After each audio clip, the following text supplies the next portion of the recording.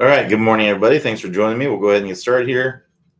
If you got your questions, go ahead and post them below the video. It's going to be below the video if you're on a mobile device. If you're on a larger device like a desktop, it's going to be to the right of the video. So I started with questions that were asked up to an hour ago. So I'll be starting here with, looks like Len J. So if you happen to push your question more than an hour ago, so Eric S., if you happen to push your question, I'm not sure if that was 9:47 this morning or last night, but if you happen to push your question more than an hour ago, no worries. Just copy and paste your question back in there, and we'll answer it later on in the office hours. That's just how I do it. So that way I'm answering questions for people who I think are here waiting to see their question get answered. If you ask your question at, 9:40 something last night, you're probably not here waiting to see your question get answered. So like I said, without further ado, we'll start here with Len J. So it says, hi, Q. Well, longtime listener and now finally an active participant after five shoulder surgeries to finally get the body rolling again. Yesterday, I was having a difficult time with the bottom of the swing arc and still having the proper spine tilt away from the ball. Your swing is occurring at the golf ball or even before the golf ball. So, your ground contact is controlled entirely or almost entirely by the low point of your swing, right? So when I say low point, I'm talking about where this club comes down, reaches a low point, and then works back up, right? So when we're hitting balls off of the turf, we have to have the low point to be on the target side of the ball. Because if it's not, then you have to hit up on the ball, and the ground's in the way, so you can't really do that, right? Without hitting the ground or hitting it thin or topping it. So the low point needs to be on the target side of the ball. For a tour player, the average 7-iron is going to be about 4.5 inches in front of the ball where the club bottoms out. Now, keep in mind, this is not where the club is touching the ground first. This is where, the club's actually hitting the ground about where the ball is, but it bottoms out somewhere in front of the ball, and then it starts to work up after that. So you need to get the low point more forward. So it sounds like to me that you're trying to get the spine angle back like this, and you're bottoming out back here. So you're probably bumping out the hip, trying to get the spine angle. We need to get the hip to open, right? So that way your lead shoulder is more, just inside or on top of your lead ankle. If it's like this, right, it's well behind your lead ankle, you're going to bottom out too soon. So a good drill that I like to do, and this is kind of goes along with the compression line. It's an exaggerated compression line drill. And basically what it is where we preset the compression line to be more angled toward the target. So what you do is you get in your address position, and then you're actually going to preset your body forward. So I'm going to get my hip ahead of my ankle. I'm going to get my shoulder slightly ahead of my hip. And I'm just going to take some half swing, 3/4 swings where I'm hitting down into the turf. And I'm feeling like I'm taking a deep divot as I'm coming through there. Now, would you literally want to hit a ball this way? No, but this is an exaggeration of what you need to feel to get rid of the really thin shots to get that low point more forward. My low point in my swing is probably, up here in front of my foot, right? But I'm hitting the ground back here, and I'm getting the proper feeling for that. So once I do that without the ball, then I'll try it with the ball. I'll get in my normal stance, get my body forward, and I'll really work on really feeling like my arms are staying long as I'm going through. What a lot of people do when they do this drill is they'll tend to go like this. They'll kind of scrunch up their arms. So I want you to really keep those arms long and feel like you're digging a trench with that club. And then once you get a few good ones of those, now let's take your normal stance again, and let's stay in our normal address position. I want you to actually try to get into that same position when you're coming into contact. Now, will you actually get in that same position? Most likely not, but you're going to be closer to where you need to be to get that ground contact more in front.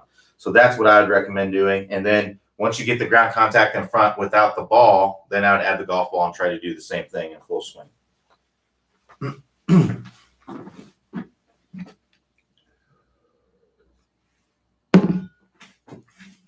All right. So Joseph K says, in your videos, best lag drill, you recommend the following: wide, wide, narrow, wide for the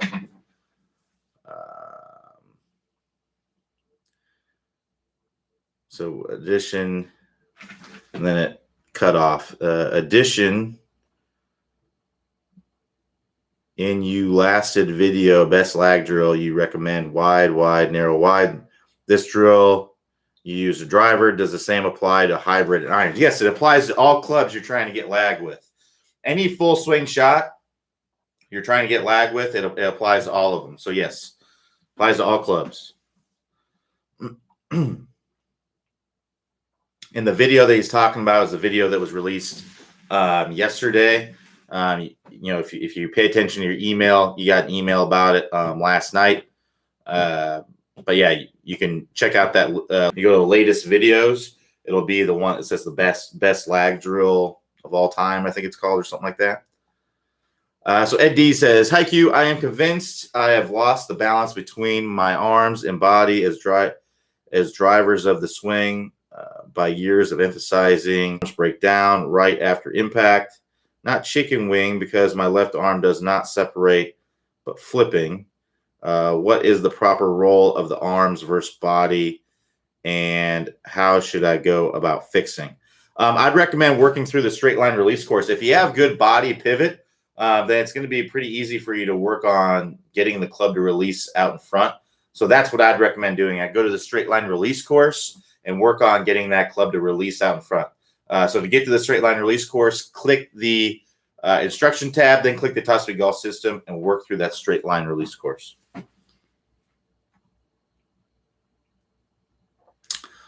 So Gary P says, how different is TSG from stack and tilt? So I am not a stack and tilt instructor. I'm vaguely familiar with what it is. I started reading the book, and a lot of the stack and tilt people say that it's not just keeping your body forward or setting up with your pressure forward and then keeping it there. But in the book, it says that word for word. So I don't know what to believe about it, to be honest. But all I know is in the book, it says to set up with your pressure forward. So it's kind of like that drill that I was talking about. You could almost call that like a stack and tilt drill. This is like an extreme stack and tilt drill. Well, if you imagine if I put all my body weight forward, have my body forward like this, and I took swings, like I could hit some shots, but it's not going to be the most powerful shot. I can't really even take a full swing doing that. And even then, it's not going to be a very, very powerful shot. But it is a good way to ensure that you're getting ball first contact. And then you kind of want to translate that same feeling and loading up and then getting to the lead side. But like I said, imagine this. Imagine a baseball pitcher, right, who threw a pitch stack and tilt style, right, where they just stayed on their front foot and then they reared back and threw it. Well, they probably wouldn't be able to throw very fast. If you had your fastball, wouldn't be as fast as it would be if you load it up and then transfer your weight. So there's a reason why they do that, because it's more powerful. So I think stack and tilt, like the method of what you use stack and tilt for, I think it could be good for hitting shorter shots, shots where you don't have to have power, like a little pitch shot, having your body forward and keeping it forward. That's basically how I hit my pitch shots and my chip shots and things like that. But for a full swing, it's not a powerful way to hit the golf ball. You're going to be losing distance most likely if you do that. And like I said, the stack and tilt instructor will tell you, well, that's not what it is. But the book, the stack and tilt book that they published, that's what it says in it. So I don't know. I feel like you're kind of, you're saying something to get people's attention, right? Because it's different than what anybody else tells you. But then you back off of it, So it's hard to. I don't really know what exactly that they're really wanting you to do this. But again, I haven't read the whole entire book, so take what I say with a grain of salt. But the general, once I got to the point where people told me I didn't understand it. Then I read it and it's like, well, that's exactly what I thought it was. I read the first part of it and maybe it tells you to adapt to something else later on. But keeping your weight forward, having your pressure forward, and keeping your pressure forward is not a very powerful way to hit the golf ball, and that's not what we teach in the Top Speed Golf system. So I would say in that sense, it's very different. But in some other senses, there's probably a lot of things that do overlap. But like I said, I haven't read the whole thing. I'm not a stack and tilt instructor or anything like that. So Gary P says, I'm trying to hit driver higher. When I swing up at the ball, I hit the ball on the lower part of the face, often in the heel. Any corrections? Tee the ball higher. Tee the ball higher. I would make sure that you have the ball placement. So basically, to hit the ball higher, I'd have a wider stance. This is going to promote more of an upward angle of attack on the ball. I play the ball off the lead shoulder, right? So somewhere in there. I tee the ball higher so that way you can hit up on it. What may be going on is you may be early releasing through impact, right? So if you're trying to hit up on it and then you're early releasing like this, you may be hitting the bottom of the face. So that'd be something you may want to work on.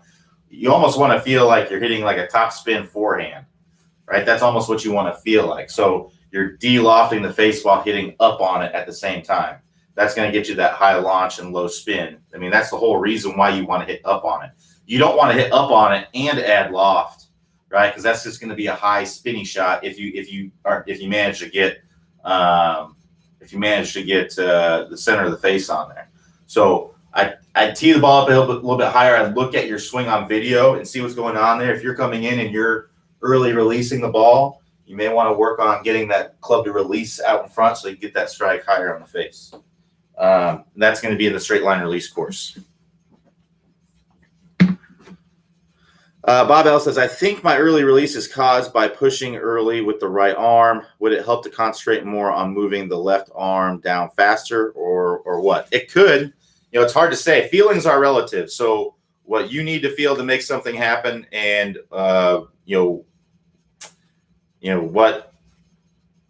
what is actually happening are often completely different things. So what I'd recommend doing is working through the drills in the straight line release course. And the key here is I would get it in a practice swing first. And in the practice swing, I'd make sure that, when you look at your practice swing on video, that if you imagine there was a golf ball there, that it would be good, right? So basically, you wouldn't want to take a practice swing where you're swinging 6 inches above the ground, because if the ball was there, you would completely miss it, right? So you want to make sure that you're getting the release and you're hitting the ground where the ball would be.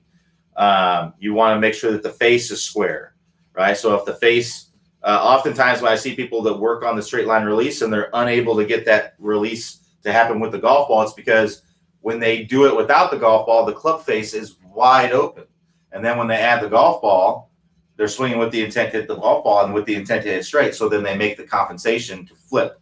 When you flip and you early release, that closes the club face, right? So you need to get the club face. You may need to get the club face more closed if that is the case. You want to make sure that if you're looking from the down the line angle, that, if a ball was there, that you would hit it, reasonably close to the middle of the face, right? So basically, if you imagine there's no ball here, but so imagine this is a practice swing with no ball. But if I looked at it on video and I was swinging, 6 inches inside of where I would normally, or way outside and hitting the ground, I'm going to make some sort of compensation in my swing to be able to hit the ball when the ball is there. So the key to being able to translate your practice swing to swing with the ball is to make sure that your practice swing would end in a good result.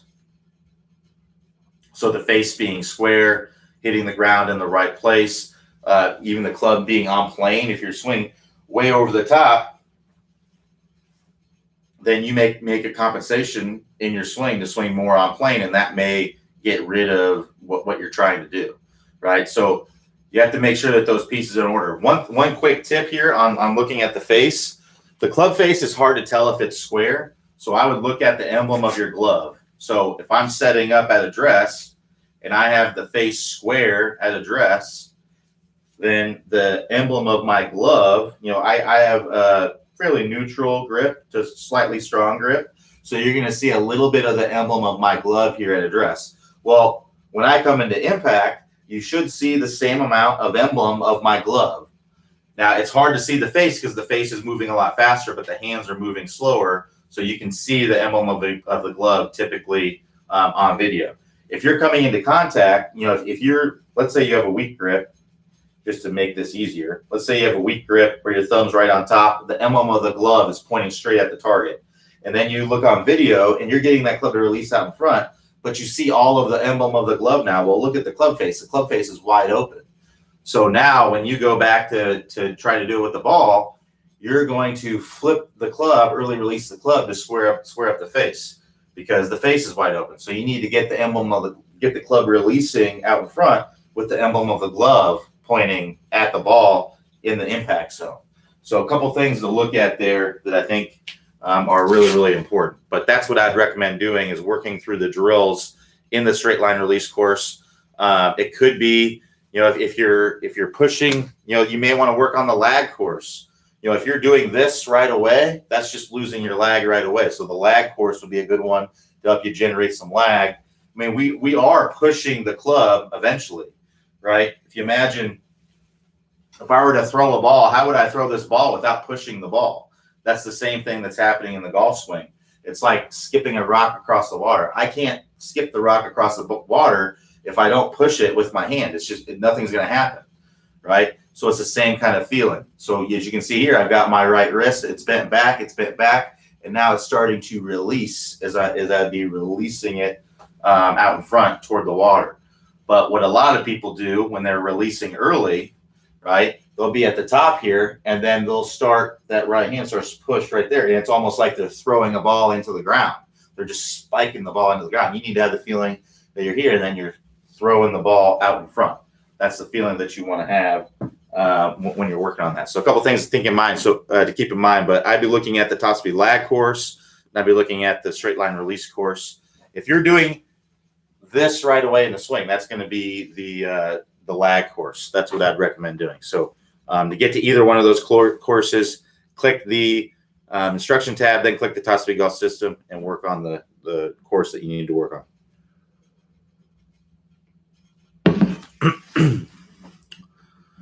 So Mark R says, good morning. I seem to hit my wedges and I think you mean short irons well with a neutral grip and slightly open stance. Ball in the left ear position, right-handed. But I'm pushing the other clubs to the right. Question, is it more advantageous to close my stance or take a stronger grip? It could be either or. I mean, if you're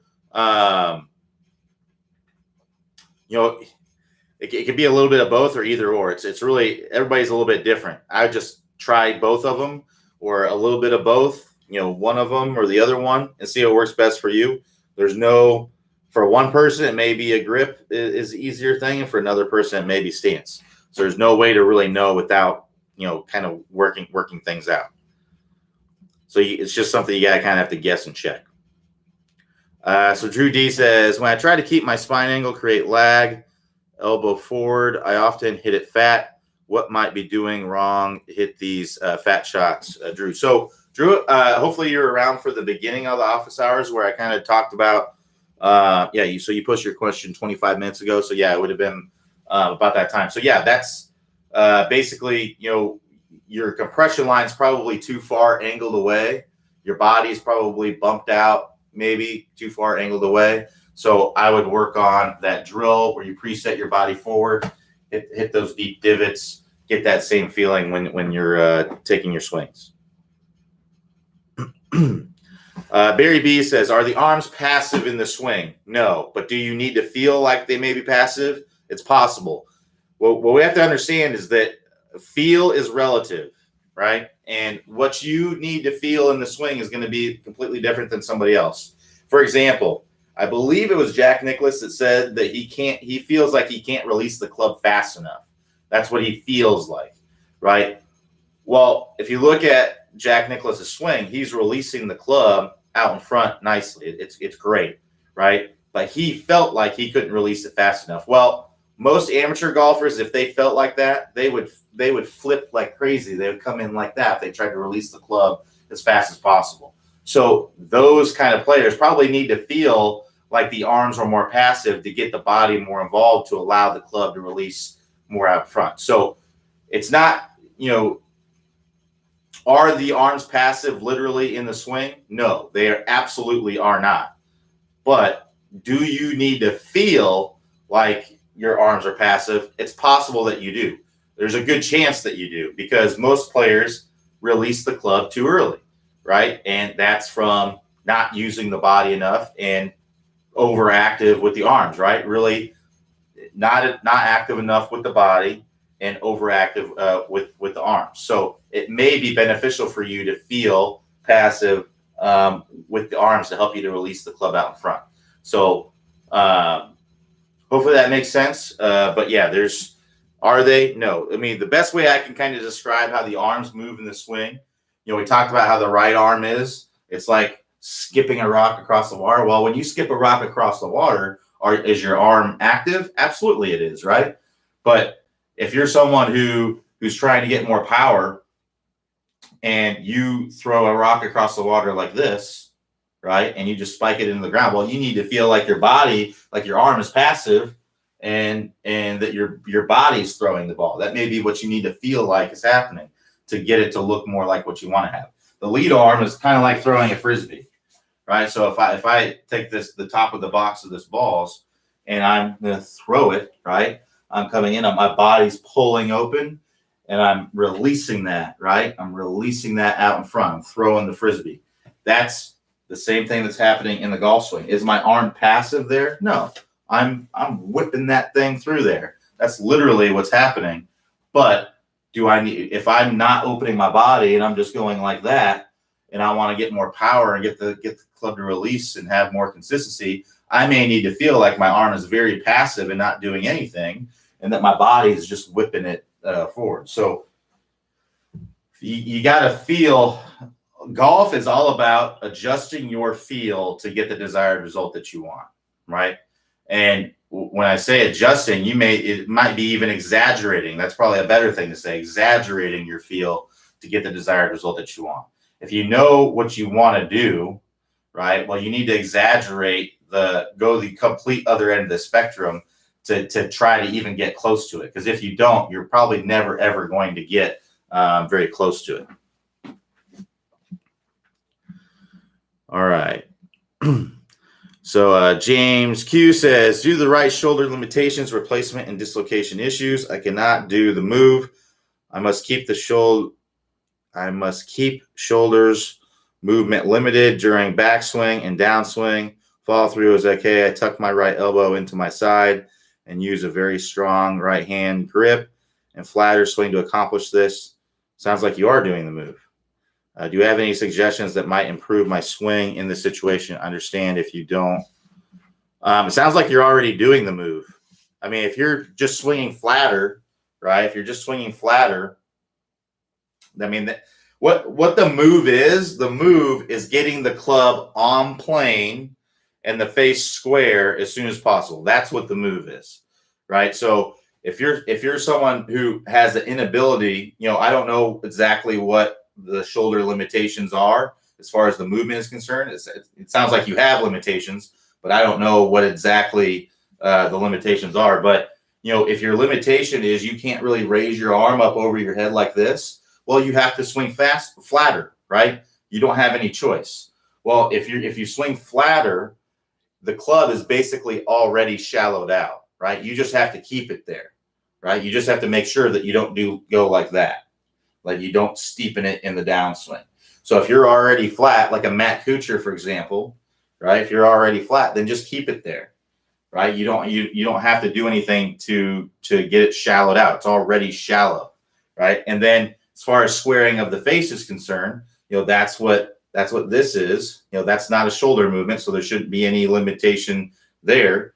That's just getting the face square as soon as possible. So if we get the shaft flat and get the face square, we can turn our body through, right, just the same way. So you can do the move even with limited shoulder ability. It's just that you may not have to do as much of, like Bubba Watson, for example. Bubba Watson has to do a lot of the move because he's way up here, right? And he's got to get that club really, really shallowed out very soon. So because he's very upright with the swing. So the more upright you are, the more you have to shallow it, but the more speed you can typically generate. But if you're not physically capable of getting your arms to go up high like that because of the shoulder limitations, then you're already going to be in a shallow position like a Matt Kuchar. I think it would be good. A good thing that you may want to do is look at players that have flat golf swings on tour. There aren't a ton of them, but Matt Kuchar is one of them. And kind of look at the way that he moves and compare it to what you're doing, right? Pause it at the top of the swing and see the kind of position that he's in, and then lead arm parallel, see where he's at. And then when the club's parallel, see what his legs are doing, see what his hips are doing, and kind of compare it to exactly what you're doing as well. Use an app like V1 Golf is a good one to kind of look at your swing on video and go frame by frame and see what's going on there. That's what I'd recommend doing. Beyond that, it's really just a Top Speed Golf system. That's really all I can tell you is to do the Top Speed Golf system and the move. Like I said, it sounds like you're already doing the move from what you described. It sounds like you're on the right track. It's just hard to say without seeing your swing what specifically you need to change in your swing.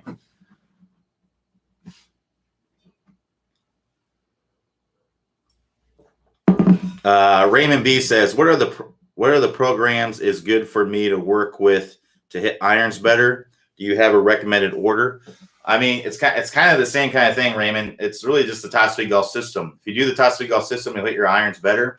Depends on what the specific issue is with the irons too. If there's a specific issue, let's say you're hitting a lot of chunks and tops and stuff like that, you're probably going to want to work through the stop chunking and topping course to hit your irons better. If it's slicing, then you probably want to do slicing and pulling. You probably want to do the never slice again course. If it's hooking, right, then you may want to work on the never hook again course. So it really just depends on what the specific issue is. If there's a specific issue, I'll be happy to help. But just in general, it's just the Top Speed Golf system to hit your irons better. If you're nailing the pieces of the system, then you're covering most of the bases there. 80%, 90% of the issues that could be going on. But to get to any of those specific courses, all you have to do is click the house icon. That will take you to the home page. Scroll down the home page. You'll see a list of all the courses there. Select the specific course that you may need to work on, depending on what it is. Chunking, topping. We have courses that are specific to all those things. So Jeff S says, I have a really bad left knee. How to modify stance, swing to compensate for inability to twist lead knee. Really, it's as simple as just opening the lead foot. That's all I would do, is just open the lead foot up. And then when you are pushing down into the ground and you're coming through contact, I would drive with the heel and let the foot kind of open up like that. Do yourself a favor, go to YouTube and search Gary Woodland golf swing. And you'll kind of see his footwork that I'm talking about. Gary Woodland comes in. He keeps his feet kind of square at address. But then as he comes through contact and after contact, as he's opening his body up, he basically turns his foot and to point toward the target. So that'd be kind of what I'd be trying to do. Drive with that heel and let the toes kind of come up and twist up. But if you set up with that lead foot open to begin with, you don't really have to twist open very much as you're coming through there. So that's what I would recommend doing. Chester M says, in the downswing after shallowing the club, when do you execute the motorcycle twist, square up the face? You're doing that as you're shallowing out the club. So that's what the tennis racket drill is. It's shallowing out the club and squaring the face earlier. That's what the move is. The sooner, the better. Right? If you look at Colin Morikawa's swing, right? If you look at him at the top, he's going like that, right? He's doing the move a lot, right? So we're shallowing out the club and we're doing that at the same time. So This is the tennis racket drill from 1.3 video in the move. So the reason why we use a tennis racket is because it's easier to see where the face is pointed, right? So if I have a club face that's got loft on it, it's hard to tell where it's pointing, right? So this, no loft and huge, you can easily see where it's pointing. So what we want to do is when we're up at the top, we want to get this butt end of the tennis racket to be pointing more flat, more parallel to the ground. So getting this to where it's more parallel to the ground as we're coming down. And then we want to be turning our wrists to get the strings to be kind of pointing back away from the target. So from this angle, that would look like this. Here I am at the top, and then I'm going to shallow and square the face at the same time. So I'm turning a doorknob to the right, and I'm bowing my lead wrist, and I'm bending back my trail wrist. All right, so here it is again. I'm there, and then I'm there. So you can see to this point in the swing, I've got the strings to point toward, more toward the camera there, and this butt end of the club is more pointed well outside the golf ball there. So if you look at it from this angle, right, I'm going to go up to the top, and then I'm going to shallow the club. I'm going to get the butt end of the club pointing more toward the camera, and then I'm going to get the strings to be pointing more toward my curtains here.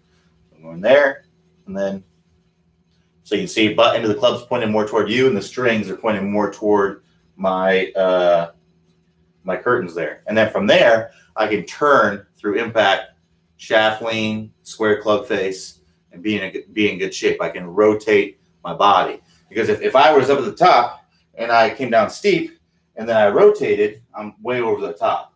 So I have to have the club kind of behind me in order to rotate my body, and that's what shallowing out the club does.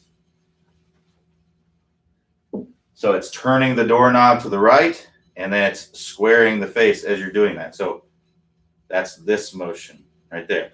So with just to isolate my lead arm, it's this mixed with that. If I do those together, that's that. And with my trail wrist, it's this mixed with that. If I mix those together, it's that right there. It's literally like opening a doorknob, because your wrist is really going to be bent back typically when you're turning a doorknob, right? It's not going to be like turning a key. Turning a doorknob is like that. So if you put those together, that's this right there as you're starting down.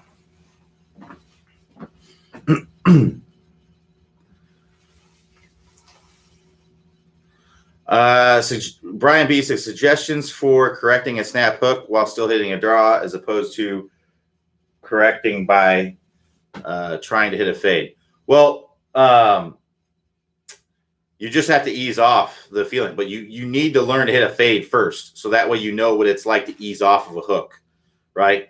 You're hooking because you're overdoing the draw.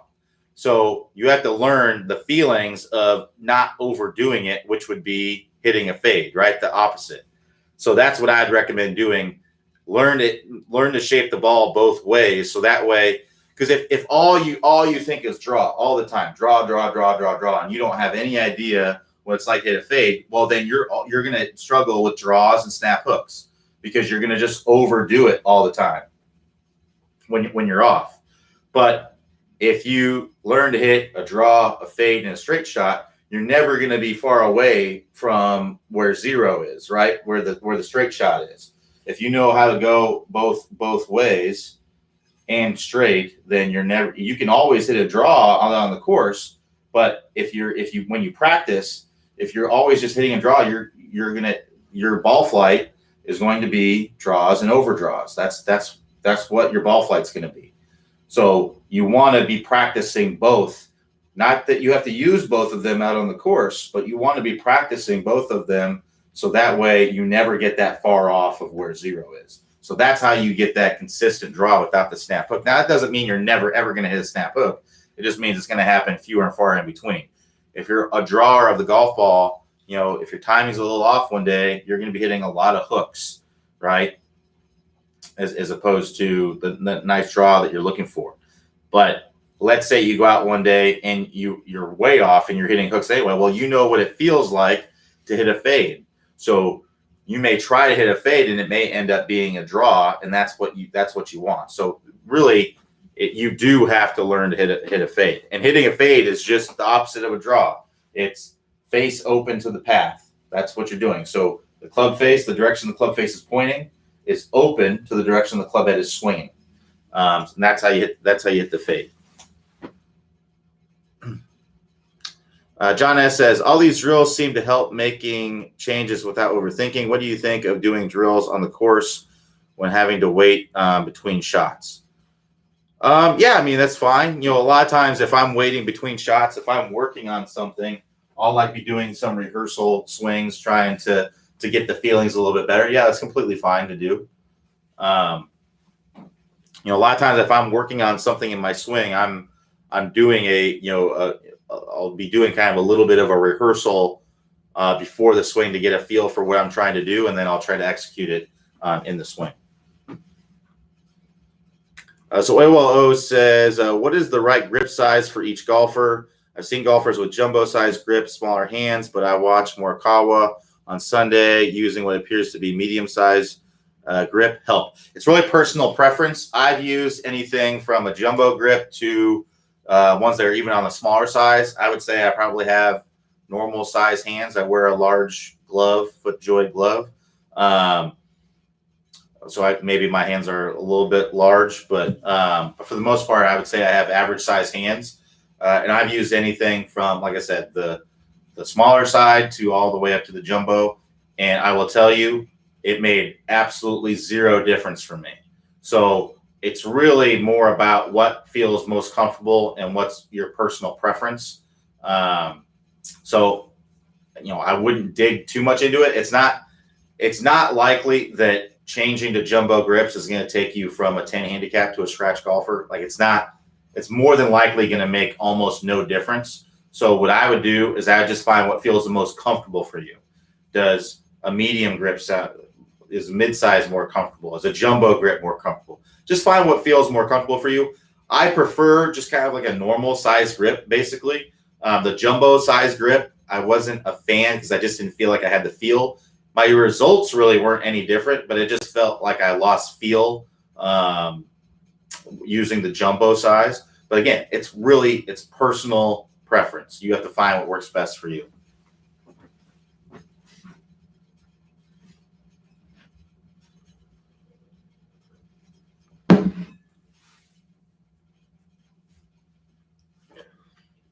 So Alberto A on the downswing, how close are the hands in front of the legs before impact?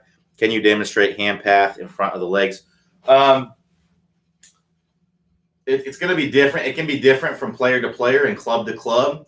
Like the longer clubs, your hands are going to be further away from your body because you're more upright. Like for a driver, this is a wedge. A driver is a foot longer than your wedge, right? So for a driver, you're going to be more upright. You're going to be more upright, and your hands are going to be more out, right? So your hand path is going to be further away from your body with the driver. But with a wedge, you're a little bit more bent down because the club is so much shorter. You're a little bit more bent down. Your hand path, you're going to be a little bit closer, right? So there's no set. You're going to be 4 inches away. Your hands are going to be 4 inches away from your legs every single time. It's just not the way it works. And everybody swings a little bit different too.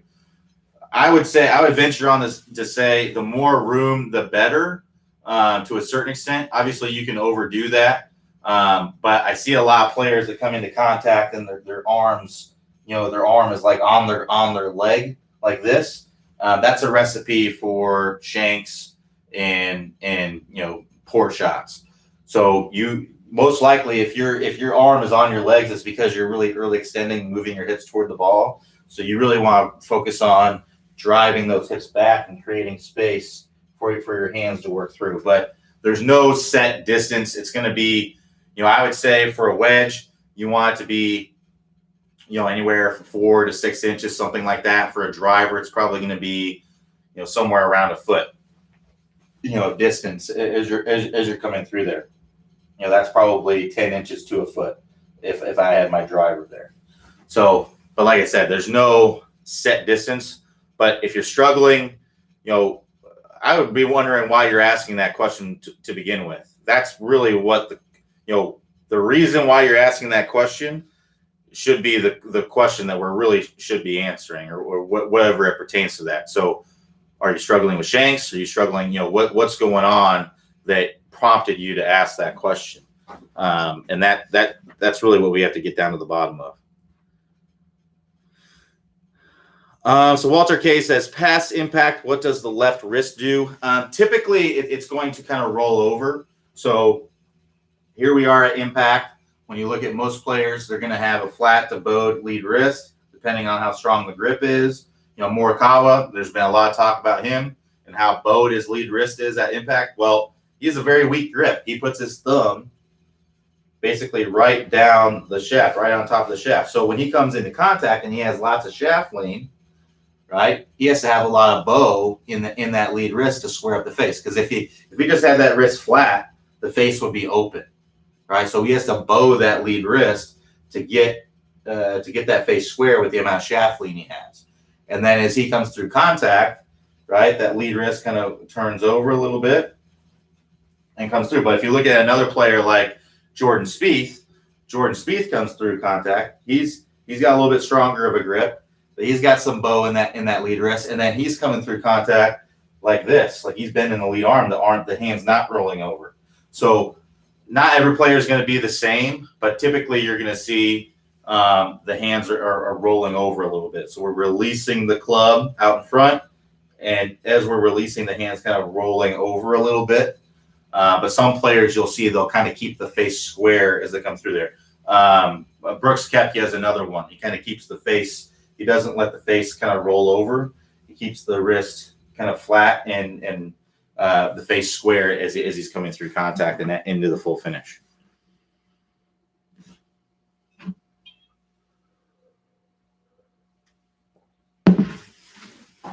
So Oilwall O says, at impact, where's the position of both shoulders? I watched a video on YouTube that says that the left shoulder should always be lower as you hit the ball on all clubs. No, it's actually the opposite. It's the right shoulder that's definitely going to be lower. It would be pretty difficult to hit the ball with the left shoulder unless you're left-handed. It's the right shoulder that's lower. So if you're looking from down the line, typically you're going to find the shoulders are going to be anywhere from square to slightly open when you're looking from down the line at impact. So as I'm coming into impact here, you're going to see that the shoulders are square to slightly open. Now, this is not to be confused with the chest. The chest is very open. The chest is 20, 30 degrees open, but the shoulders are going to be square to slightly open, 10, 15 degrees at most usually. Now, sometimes you'll see, like I've seen video of Rory McIlroy with his driver where his shoulders look 45 degrees open. But generally with an iron shot hitting off the turf, it's going to be somewhere in the neighborhood of 10 to 15 at most. And the reason for the difference between the chest and the shoulders is because your shoulders can move independently of your chest. I can have my chest pointing straight at my wall or my door over here, and I can protract my lead shoulder forward and retract my trail shoulder back. It looks like my shoulders are closed, but the reality, my chest is still square. And that's what's protracting and retracting. That's moving your shoulder blade, your scapula away from your spine is going to be protracting, and nearer to your spine is going to be retracting. So I can move my shoulders up and down, back and forth, independent of my rib cage, my chest here. So that's why you're going to see that, because the lead shoulder, the chest is open, but that lead shoulder is protracted forward, which is going to square up the shoulders a little bit. Now, as far as how the trail shoulder is going to be lower when you come into impact. Find me. I have never seen a tour player who's right-handed whose left shoulder is lower than the right at impact. I don't even know how you would do. That'd be very difficult to hit the ball doing that. It's your chest is opening up, right, which is going to get that trail shoulder underneath the lead shoulder. The key to that is side bend. Right? We have to have side bend as we're coming through. I see a lot of people that get here and the shoulders kind of go like that. There's no side bend, right? So we need to rotate the chest open with side bend. You almost want to feel like your shoulders are rotating like a Ferris wheel. That's going to get the trail shoulder below the lead shoulder quite a bit.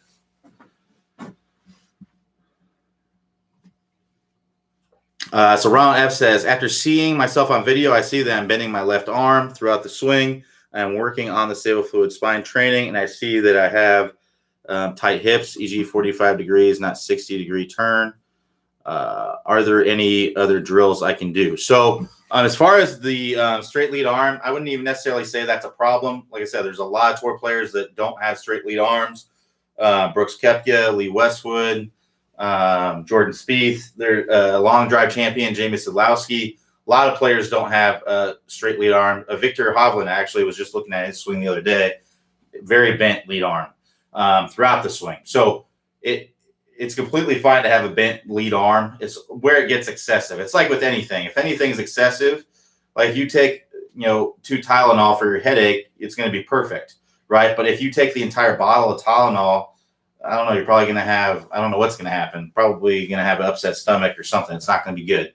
So, it's the same kind of thing. So if you're really excessively bending your arms like this, that can lead to some issues. That can lead to casting and things like that. So that could be a problem, loss of power, things like that. But as far as the hip turn is concerned, if you can do 45 degrees, and that's plenty.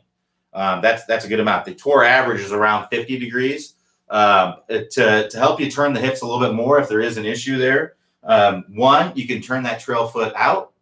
So if you're kind of set up like this square, when you turn your hips, your leg is internally rotating. So if you turn that foot out, that can help you to, release that a little bit, help the hips turn a little bit more. The other thing is that would let your heel, your lead heel, come off the ground, right? So if we're going to the top, I'll go ahead and let that heel come off the ground. That'll help you turn the hips a little bit more. But like I said, I wouldn't worry about the lead arm having a little bit of bend in it. That's completely fine. If it's excessive, then I'd really focus, just do some, it doesn't have to be complicated. Just be a simple drill where you're taking your backswing, you're feeling like you're keeping your hand as far away from your chest as possible, right? So keep them in front of your chest and as far away from your chest as possible. Because a lot of times when that arm bends excessively, it's from the hands going back behind my chest, right? So my hands are over here now instead of in front of my chest. So I want to feel like I'm keeping my hands in front of my chest and I'm turning my chest, my rib cage, as I'm going back, and I'm keeping them as far away from myself as I can. That's what you want to feel as you're going back. Now, are you necessarily going to look like this? No, not necessarily. You're probably going to look more like this, which is fine. You just don't want it to be excessive. But maybe making the 45-degree hip turn is perfectly acceptable. That's really good, actually. And if you want to get a little bit more, making those adjustments may help you to get to where you want to go. So Mauricio R says, at what point in the backswing should I be moving my center of mass laterally to the lead side? What happened if I start moving laterally at the top of the backswing? You want it to be starting to move just as you're getting up to the top. So it depends on how long your swing is, but generally lead arm parallel in the backswing is when you want to start recentering and getting to the lead side as you're coming down. So that's what I would recommend, somewhere in that area. A good drill to do for that is to set up, get in your normal setup position, pause at lead arm parallel, loading up into your trail side, and then continue to the top and move your mass forward, get pressure to your lead foot, recenter, and then swing through and into the full finish. And then try to get it into a fluid swing, and then try to hit the golf ball doing that. So Jeff S says, thanks, Hugh. Looking forward to trying that adjustment, swinging a club in my basement. Already knows the difference. Have a great day. No problem, Jeff. Glad to help. So Oiwa O says, I have active hands, so engaging my left core to really load up. Do you have a drill to fix this? I have active hands. That's the straight line release course. If your hands are overactive and you're not using your body to sync everything up, that's the straight line release course. So I'd be working through the drills in the straight line release course to get everything synced up out in front like it needs to be. So to get to the straight line release course, click the instruction tab, then click the top speed golf system, then click the straight line release. Robert B says, Q, it appears to me that lots of tour players like Patrick Reed, especially senior tour players, always line up all body parts a few degrees right of their ball to target line when they hit off any flat surface. Do you know of any reason they will do that? Always parts degrees to the right. It's probably because they're trying to hit a draw, be my guess.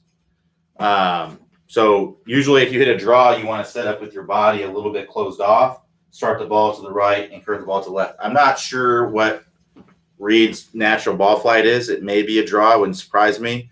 A lot of senior tour players generally will play a draw because it's a stronger shot. I hear a lot of people saying, they want to just be hitting fades because they hear Dustin Johnson and Brooks Koepka, they're hitting fades. Well, they swing 120 plus miles per hour. They can, afford to hit fades. That's what's most comfortable for them. But for most players, a draw is going to be a stronger shot because when you hit a draw, it closes the face to the path. And when you close the face a little bit, it de-lofts the face, which is going to get you more compression on the ball. So generally a draw is going to be a better normal ball flight. Now, ideally, you'd be able to hit both if you need to, but as kind of a stock shot, usually a draw is a better way to go. So Tim L says, new to the program and 20-minute distance drills. If I'm working on more distance, yet average 97 to 98, what do you think about once a practice swing when I get a random 105, 111 club head speed without horrible ball contact? Let me read that again. If I'm working on more distance, yet average 97, 98, what do you think about once a practice when I get a random 105, 111, 119 club head with horrible ball contact? That's probably because it's reading. It's probably just a misread. If you get really, really bad contact, like you top it or you hit it, way off the hosel or pop it up or something like that, a lot of times you'll get a misreading. So it's probably just because it's just misreading what you're doing. It's probably getting it's probably tracking the ball flight or the ball speed and thinking that that's the club, right? Something like that. That would be my guess. You're probably not randomly swinging, 20 miles per hour faster. Neil O says, is it advised to tighten abdomen muscles prior and through the golf swing? I wouldn't say you want to tighten them. You're using them, so they're going to be flexing. There's a difference between me grabbing this and trying to flex my arm as I'm picking it up and just picking it up and my arm flexing, right? There's a difference between that. So no, I would say you're not trying to flex your abs as you're starting to hit the ball. No, but you're going to use your core and your abs as you're swinging athletically. It's like if you were to shoot a basketball. I'm not sure. I'm just trying to think of another sport you may have played. If you're trying to shoot a basketball, you wouldn't flex your abs to shoot it, right? That would kind of restrict you a little bit. But you're definitely using your abs when you're swinging or when you're shooting the ball.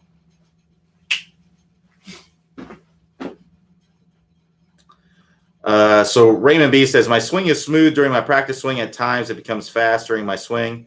Any tips to develop tempo? One of my favorite tempo drills is just to swing incredibly slow hitting the ball. So if let's say you got a 7-iron and your normal distance with a 7-iron is 150 yards.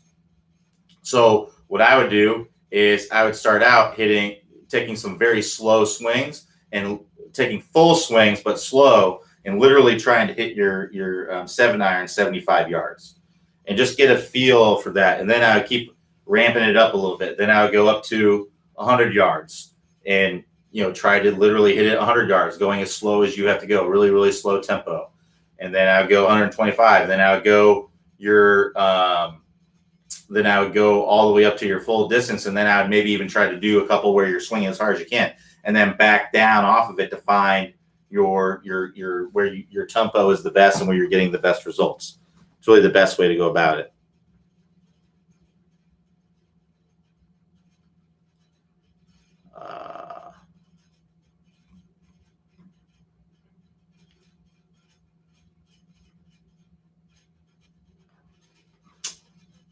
All right, so Oiwell says, in order to engage the core at address, doesn't the lead leg towards the target for proper leading? Doesn't the lead leg go towards the target to proper loading up, or does the lead leg follow the core, arms, and shoulders at the same time? It's really everything's kind of going back at the same time. You don't have to open up the lead leg. I think it makes it easier to get through the ball. But it's really everything's kind of going back at the same time. So you're when you start the swing, everything's activating, right? You don't need to think I need to flex my core. You just need to move the club back, and your flex and your core will start to get used, right? Your arms will start to get used. Your shoulders, everything's going to focus on what the club is doing, and the muscles that need to activate to make that happen will do so. The body is an incredible machine to do that kind of stuff. Tim L says with horrible ball contact. Yeah, so I mean, like I said, if you hit the ball very poorly, it can confuse like those devices. Even like the $18,000 devices like the Flight Scope. If you top one, or you pop one up or something like that, it has a hard time reading it.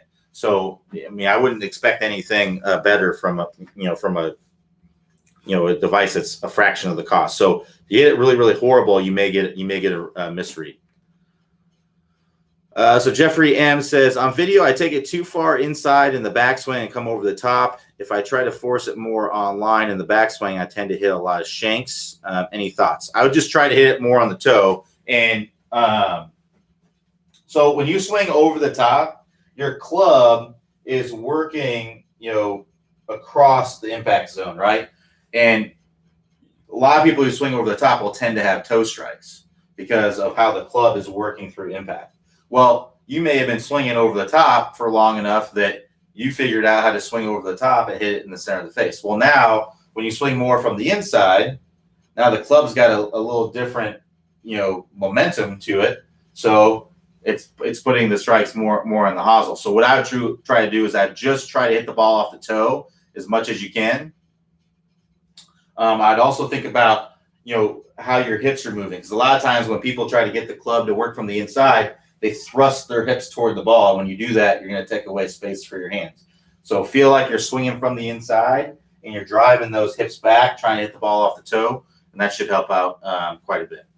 So thanks, everybody, for joining me today. We'll go ahead and wrap it up right there. We'll be back here tomorrow, 11 a.m. Eastern Time. Everybody have a good rest of your day, and I'll talk to you all next time.